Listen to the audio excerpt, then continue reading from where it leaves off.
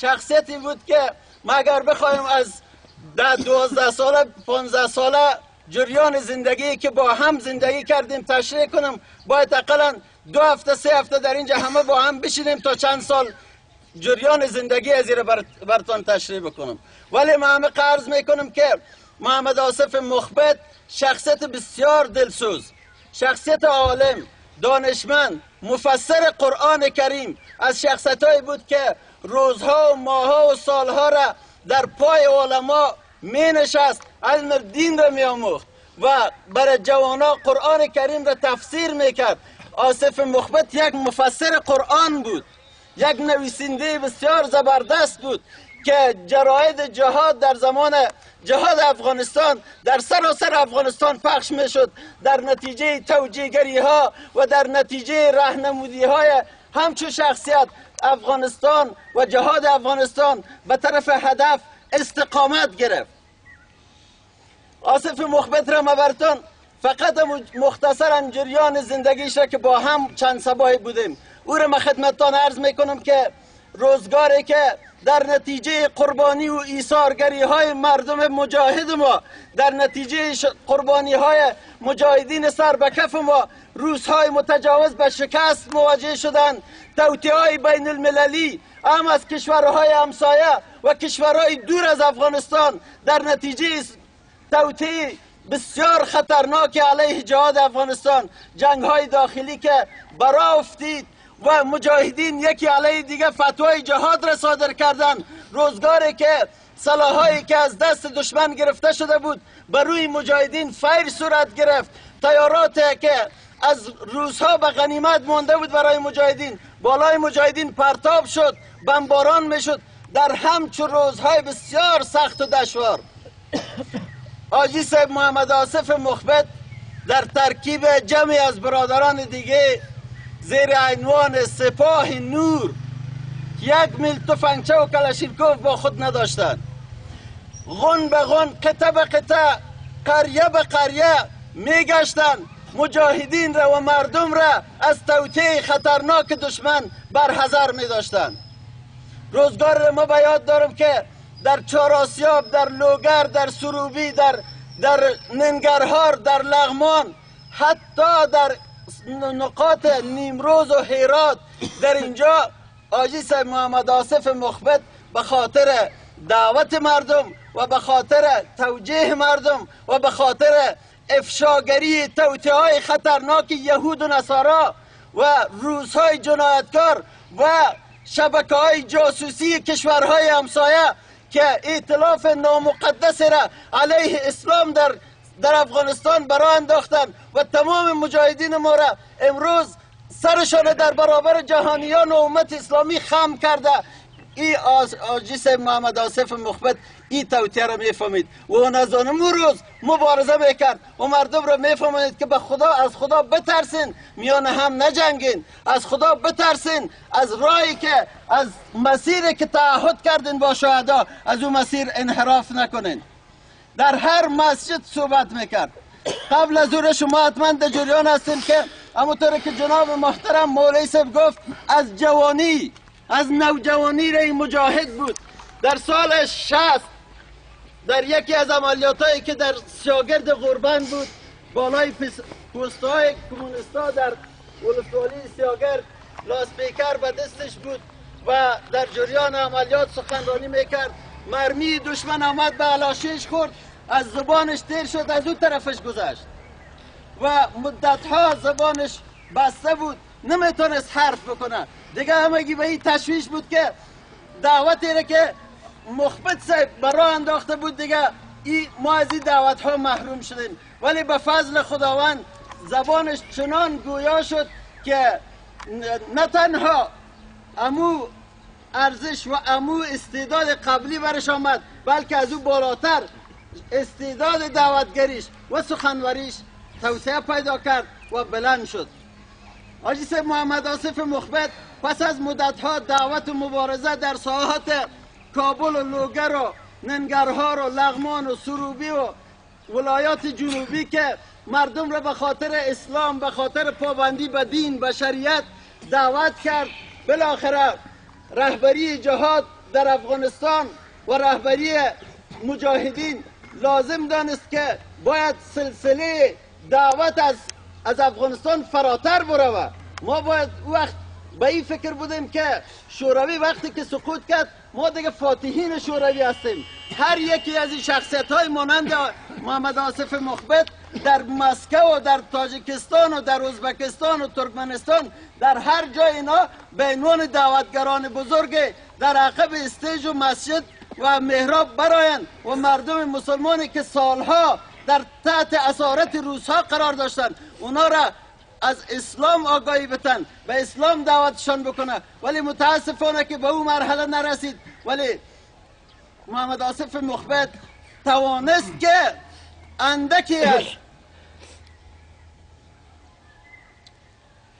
اندکی از او آرمان را به جا بیاره.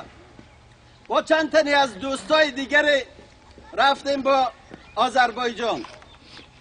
مردم آذربایجان که طی 70 و 80 سال تحت اسارت روس‌ها قرار داشت، مردم کلمه خواندن یاد نداشت، ریش سفیدایشان جز شرابخوری چیز بلد نبودن، جوانایشان از اسلام چیزی نمیفهمیدن، مسجدهایشان همه گدام‌های از گندم ساخته شده بود، کبوتر و مینا و مرغ‌ها در اونجا خانه کرده بود.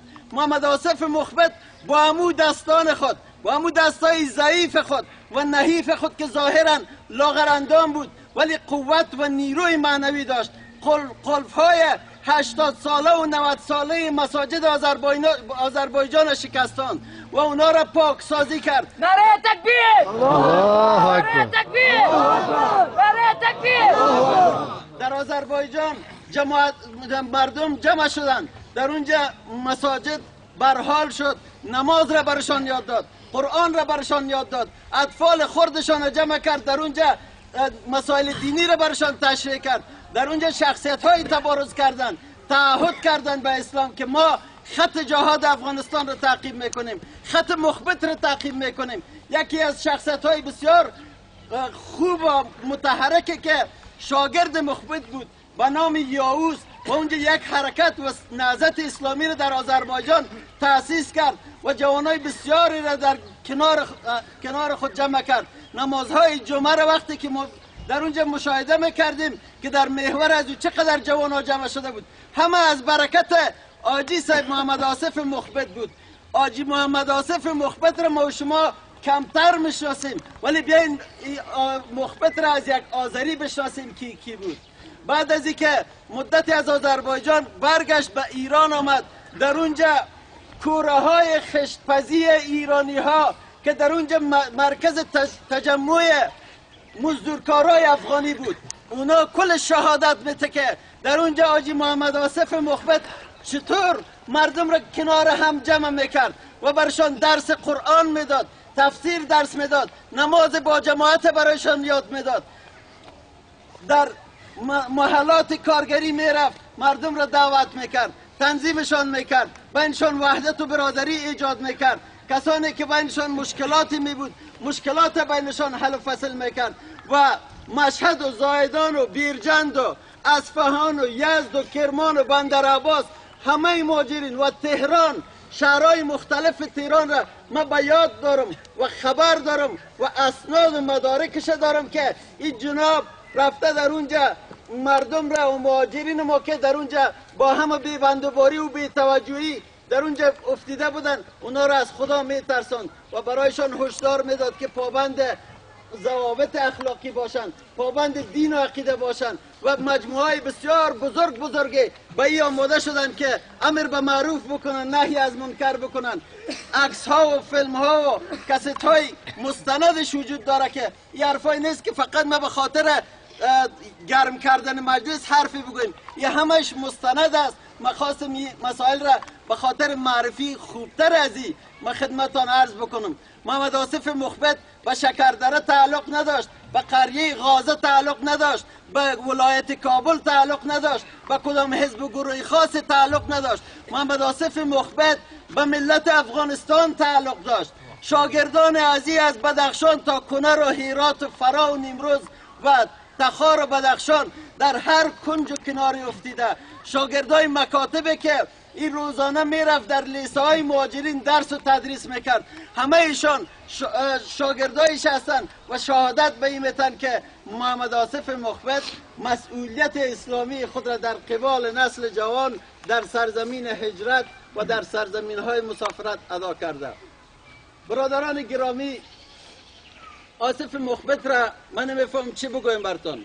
این چه قسم ما معرفی بکنم، با کدام زبان معرفی بکنم.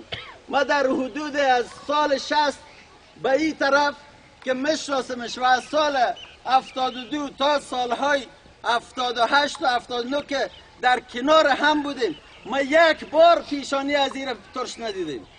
در شبها و روزا در یک اتاق با هم می بودیم.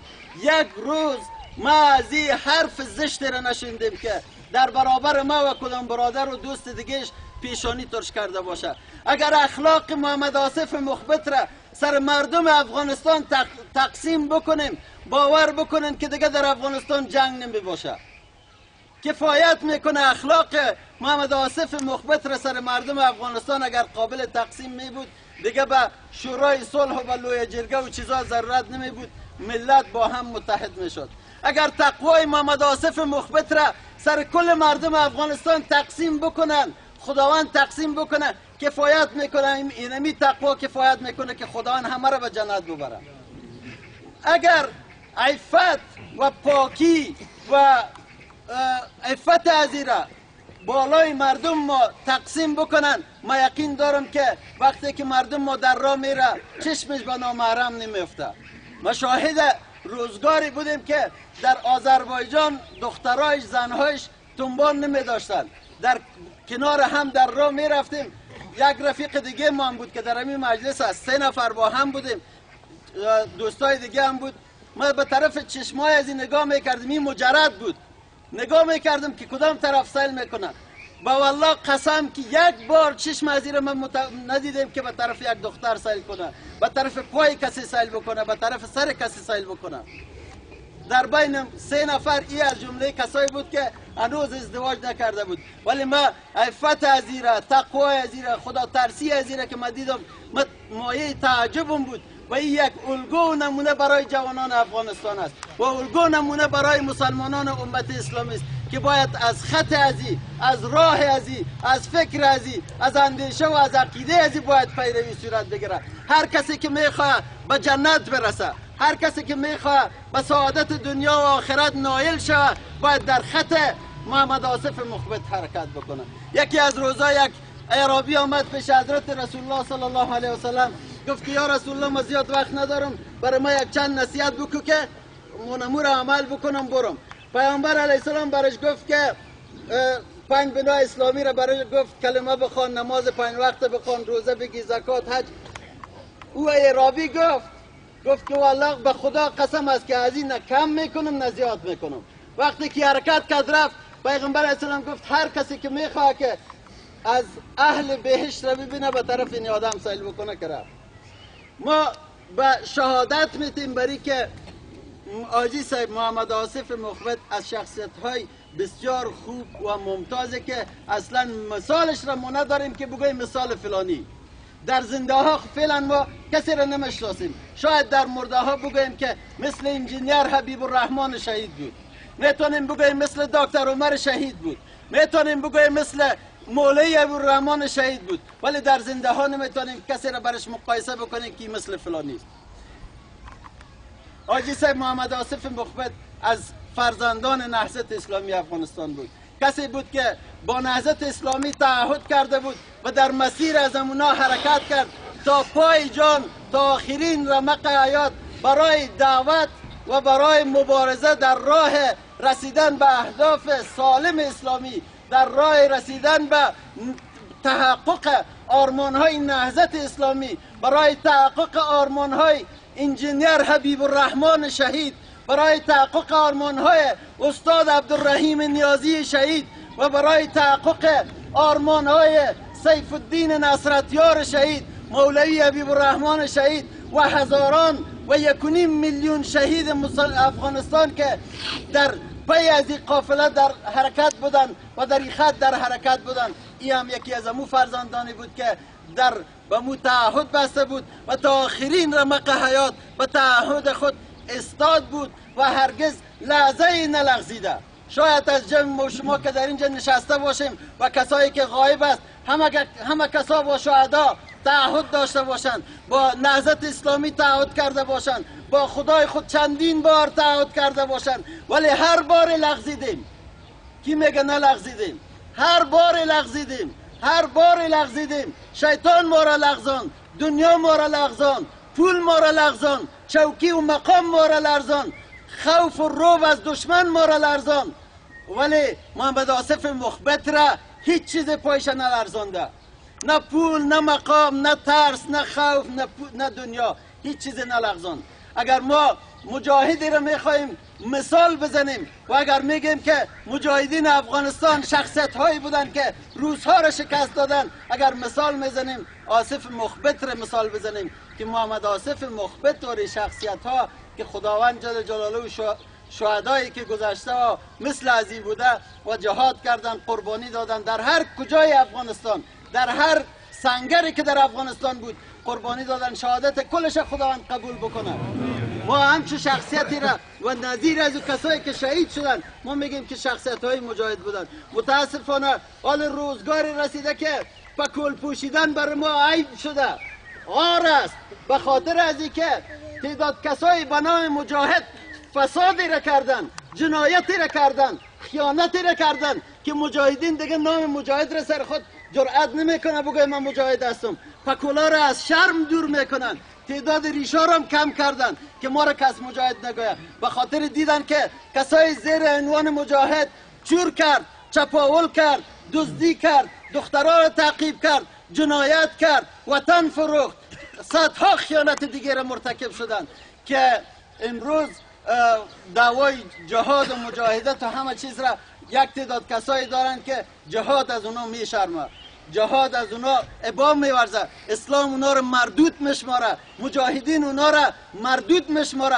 نمیپذیرشون به عنوان مجاهد. ولی فعلا جریان همونطور پیش آمده که وقتی یک جوان خردسال را از پیش پرسان بکنی که بچه مجاهد میشی، فکر میکنه مجاهد شدن یعنی یک کسی که 4 تا زن بگیره، 6 تا بلند منزل در کجا و کجا داشته باشه و تجارتش در تاجیکستان و ازبکستان و دوبی در اینجا جریان داشته باشه، خون مردم مکیده باشه، زمین های بیت المال رو به غارت برده باشه. مجاهد اینطور یک کس را و دستاش انگشتاش خونالود باشه و خون ملت از دستایش ریخته باشه، فکر میکنه که اینطور یک آدم وحشیه، یک آدم غارتگر، چپاولگر، دزد، حرامخور مجاهد. میگه نه مرگز تو مجاهد نمیشم.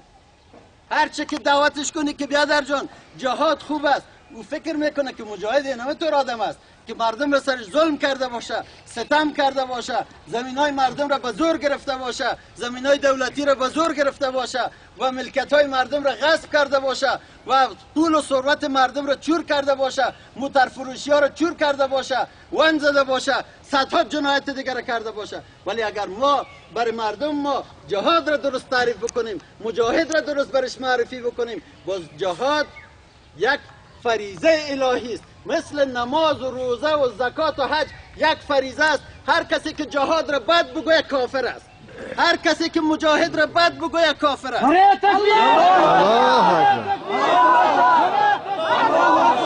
خاطر از اینکه جهاد از شعائر اسلامی است، از نمادهای اسلامی است. هر کسی که نماز بد بگوید دو بزنه، دشنام بزنه، کافر میشه، چون شاعر اسلامی است. هر کسی حج را دو بزنه کافر میشه، هر کسی جهاد را بد بگوید دو بزنه کافر میشه، مجاهد را دو بزنه کافر میشه. ولی یک تفکیک لازم است که مجاهد را از یک دوست تفکیک کنیم، مجاهد را از یک غارتگر تفکیک بکنیم و ما چهره های مجاهد را بشناسیم، چهره های غارتگر و مفسد و جنایتکار را بشناسیم. بنان اگر وقتی ما از جهاد مجاهدین حرف میزنیم، ما شخصیت های را به عنوان مجاهد میگیم که مطابق سنت رسول الله صلی الله علیه وسلم و احکام دین جهاد کردند، بالاخره به خاطر اهداف و آرمان‌های مقدس خود تا آخرین رمق حیات با ثبات داشتن، استقامت داشتن و هرگز نلغزیدن.